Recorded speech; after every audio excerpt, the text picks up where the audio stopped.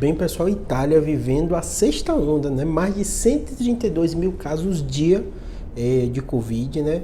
Com 90 mortes, né? Para um país do tamanho da Itália, um número muito alto, né? Mas com algumas características diferentes, né? E por que isso é tão relevante? A gente está vivendo no Brasil aqui a quarta onda e muita gente fica preocupada e fala assim, Júlio, a gente vai viver isso sempre, vai ter quinta, vai ter sexta, vai ter sétima, né? E quando a gente olha para um país como a Itália, né, que lá atrás foi o que mais a gente refletiu a nossa realidade, né?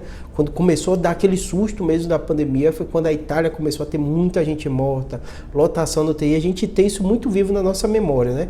E aí a gente vendo a Itália passando por 130 e poucos mil casos, né? Num dia a gente pensa, poxa, no Brasil vai acontecer a mesma coisa, né? Vamos a alguns detalhes diferentes, né? A nossa população brasileira ainda é uma população jovem, se comparada à Itália, né? Então tem uma diferença muito grande entre a Europa e o Brasil por algumas características da população. A outra coisa foi a questão da aceitação da vacina. Do Brasil foi um dos mais altos que tem nas duas doses. A gente tem que melhorar na terceira e na quarta dose, né?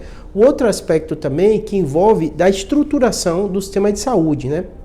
Então lá eles têm feito, e foi uma estratégia acertada de fazer muito teste. E aqui no Brasil a gente não está fazendo igual o número de testes, né? O autoteste ninguém bota no sistema, hoje já não consegue no sistema público de saúde fazer tanto teste como faz lá. Então pode ser que a gente no Brasil tenha uma impressão equivocada da gente estar resolvendo mais rápido do que países como países que testam muito, como a Itália, a Inglaterra, Israel e próprios Estados Unidos, né? Então eu acredito que aqui no Brasil, né? Característica, a nossa população ser mais jovem do que essas todas que eu falei com vocês, né? Segundo, a testagem não está feita em massa como está sendo feito nesse país. Pode ser que a gente tenha a impressão que está indo um pouco melhor, mas quando a gente olha indicadores mais fidedignos como morte, o Brasil está entre os 5 países do mundo que mais tem morte de Covid, já hoje, né? E nos últimos meses também. Então, talvez a nossa impressão seja por uma subnotificação de casos, e aí a subnotificação faz com que a gente veja menos número de casos, a nossa população sendo jovem também. Só para vocês terem ideia, por exemplo, se a gente compara com a África tem uma população muito mais jovem, dá 20 anos de idade, a média de idade da população. O Brasil, a última estatística do IBGE, dá 30 e poucos anos, né? Então são populações jovens, né? A África, o número de mortes realmente é muito mais baixo que o resto dos continentes, o continente africano. Por quais características? A idade como uma das mais relevantes, né?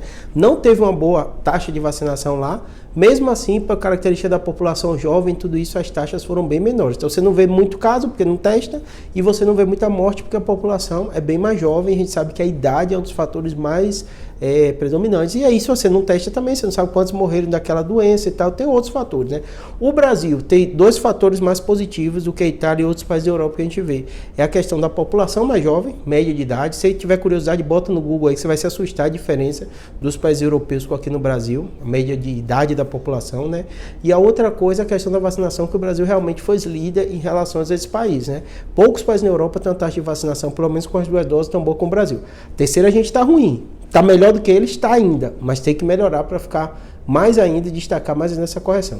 Você me pergunta, Júlio, você acha que a gente vai viver outras ondas? Eu acredito que sim, né?